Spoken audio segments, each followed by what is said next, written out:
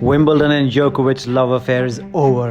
IPL is dead and buried. Ashes are all over the Pacific Ocean. But it's time for EPL. EPL is bigger than your mother, bigger than God, bigger than money, bigger than anything ever happened on earth, on the entire universe. I know Kane has gone to German league. I know Bellingham did not come back from German league and chose Real Madrid. But EPL is still the best. It's not a matter of life and death. It's a lot more, and football is a lot more, and football is best in England. And guess what? It's time to predict who is going to win this year's EPL, the English Premier League. I know you're thinking like it's going to be Manchester City again. They won it for the last 3 times. They're going to make it a quadruple, but it hasn't happened. It hasn't happened before. Even Manchester United in their glory days. Oh, you young people might not remember, Manchester United was the best team ever in the history to have played any sport even bigger than Chicago Bulls. But now Manchester United, it just feels like a relic. Seems like something like dinosaurs people used to talk about before, but nobody remembers them anymore. But I am telling you, Manchester United are the dark horse.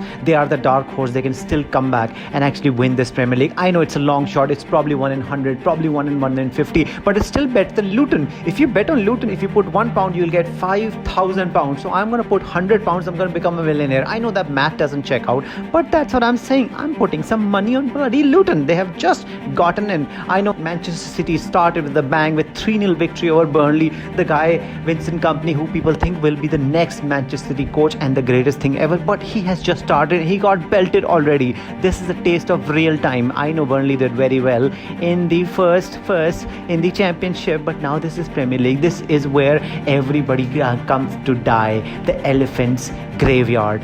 Big people come and die. Let's see what happens. Mauricio Pochettino is back.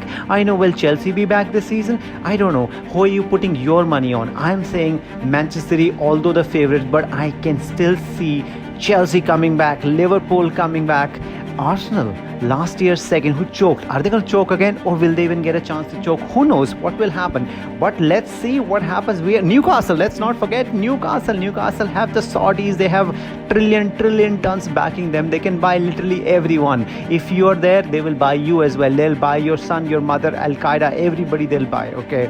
Now, briefly talk about who's going to be the highest, even more than what people think Manchester City will win. But the top scorer, people think it's always going to be Erling Haaland. You literally have to take him to the hospital and not make him play any matches. Even if you play half the matches, he will still be the top scorer. But what about Mohamed Salah? What about Mo Salah? Show some bloody respect. This guy has been scoring top scorers for multiple seasons. Son had a bad season last season, but Son can come back. Kane is already gone, so Kane, well, Rashford is not going to score again this season, but we have bought this new guy whose name sounds like almost like Haaland, Rosland. Let's see if this guy can actually score even 5 goals. We don't know, but then when we think about it, in Premier League, we don't really get so many people scoring more than 20-30 goals. But Erling Haaland is an amazing thing. Mbappe, will he come to EPL? I think he's going to go to Real Madrid as well. So don't expect. Just hold your horses on Mbappe. He's not going to come right now. He might come later, but right now he's not in. He doesn't like EPL. I don't know why. It's weird, but he doesn't give a shit about us. Right now, you tell us,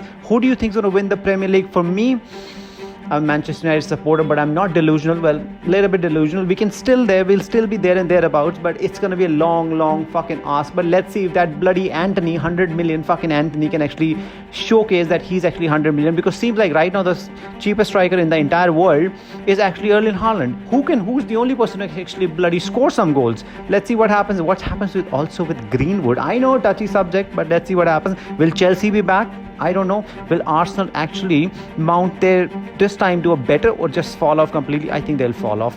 All right. City will be very difficult to beat, but a lot of people have left. Their captain left.